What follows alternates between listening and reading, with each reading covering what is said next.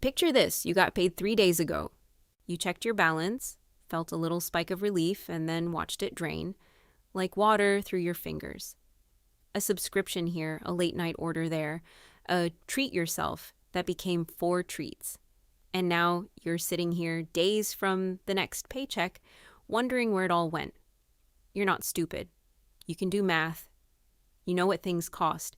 So why does money feel like something that happens to you instead of something you control? You're not broke because you're bad with money. You're stuck because nobody ever told you the truth about what money actually is in your brain. Here's what's happening. Money isn't a number to you. It never was. Your brain doesn't process a $40 purchase as math. It processes it as a feeling. When you buy something, you get a small hit of dopamine, the same chemical that fires when you eat, when you win, when someone likes your photo. Spending feels like doing something. It feels like progress, like control, like care. And the bill, the consequence, the empty account at the end of the month, that part lives in the future. And your brain treats your future self like a stranger. Studies have actually shown this. When people imagine their future self, the same part of the brain lights up as when they think about a different person entirely. So when you spend today, you are quietly handing the bill to someone you don't really believe is you. That's why willpower keeps failing you.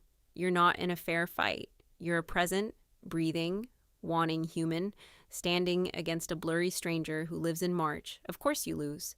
You always lose because the part of your brain that wants the thing now is loud, and the part that's supposed to protect you later can barely whisper. And underneath all of it is something quieter, something you don't say out loud. For most people, money was never just money. It was safety. It was love. It was the fight you heard through the wall when you were 9. It was the thing your parents had too little of or worried about too much or refused to ever talk about.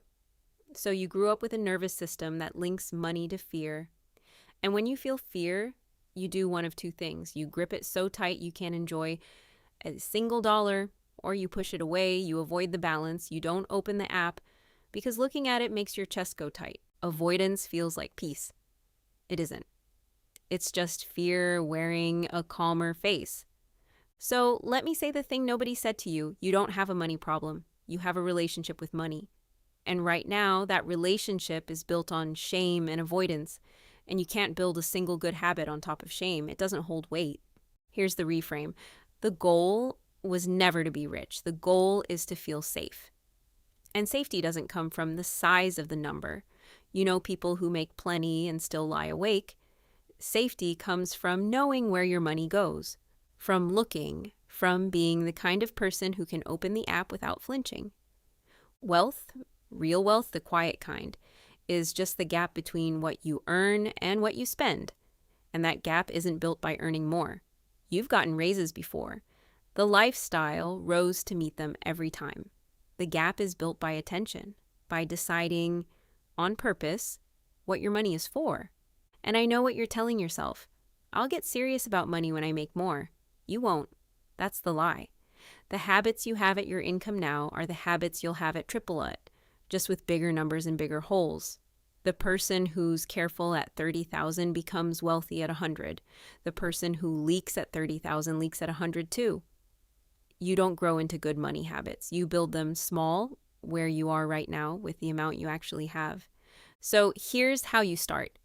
And none of this is about discipline, because discipline is the thing you've already tried and it's already failed you. This is about systems, about making the easy thing the right thing so you don't have to win the willpower fight every single day.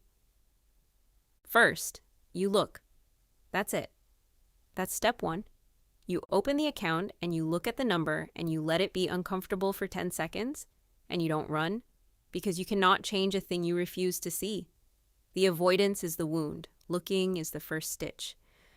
Do it once a day, same time, until the flinch fades. And it will fade because your brain learns that looking doesn't kill you. Second, you name your money before the month does. This is the one that changes everything. Most people spend first and check the damage later. You're going to flip it. Before the money moves, you decide what it's for. This much for rent, this much for food, this much for the stuff you actually love, and yes, this much for fun, on purpose, with no guilt.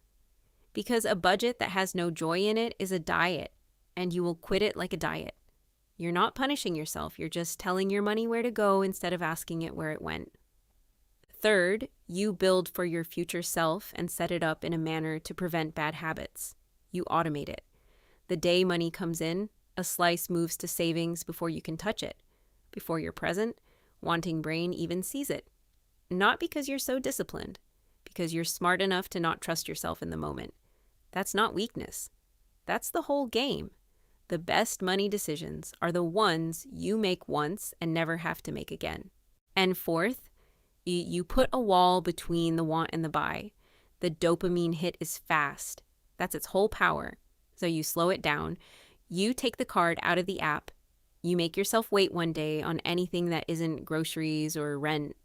Just one day. Because most of what you buy isn't a decision. It's a mood, and moods pass. The thing you needed at 11 p.m., you won't even remember by lunch. The wait doesn't stop you from buying what you love.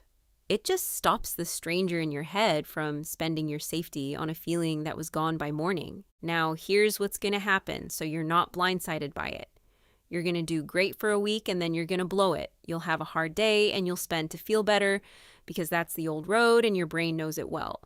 And in that moment, a voice is going to say, see, you'll never be good at this. You always do this. That voice is the enemy, not the slip. The slip is nothing. Everyone slips. The shame spiral after the slip. That's what keeps you broke because shame says you've already failed, so you might as well keep spending. You don't have to listen. You just open the app the next morning and you look again. You come back. That's the whole skill, not perfection. Return. And here's something nobody tells you about that first month. It's going to feel slow, painfully slow. You'll do everything right for 30 days and the number will barely move. And your brain will scream that it isn't working. But that's the trap of money. It grows quietly and then all at once. The first slice you save feels pointless. The 100th slice feels like a foundation. You're not seeing nothing happen. You're seeing the part before the part you can see. Think about it like a muscle. Nobody flexes once and walks out of the gym lean. You put in the reps when the mirror shows you nothing because you trust that the work is going somewhere, even when your eyes can't prove it. Money is the same.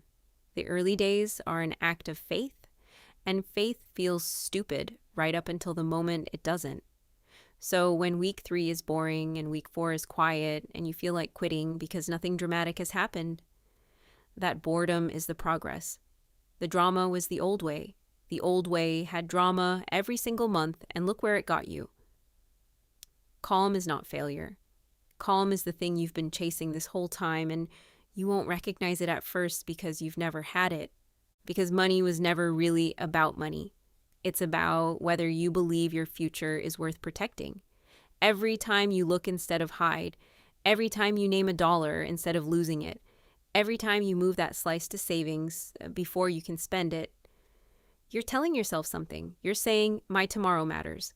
That stranger in March, that's me, and I've got him or her. So here's the one thing. Right now, before you close this, before the day swallows the feeling, open the app. Look at the number. Don't fix it. Don't panic. Don't make a spreadsheet. Just look and breathe and stay there for 10 seconds without running. That's the whole beginning. That's you stopping being someone money happens to. That's taking charge of your money and your future. Go be the person who looks. Go be the person brave enough to change their bad habits into good ones and build a foundation for your future. And one more thing, because I don't want you to walk away thinking this is only about money, because the way you treat your money is the way you treat your future, and the way you treat your future is the way you treat yourself. The person who can sit with the number is the same person who can sit with the hard conversation, the missed goal, the truth they've been avoiding in every other corner of their life. This is practice. You're learning to face something instead of flinch from it, and that muscle doesn't stay in your bank account. It follows you into your work, into your relationships, into the version of you that stops running from hard things and starts handling them. So when you open that app tonight, know that you're not just checking a balance. You're becoming someone steadier, someone who keeps their own promises. And that person, the one who looks, who stays, who comes back, that person was always in there. You're just finally letting them out.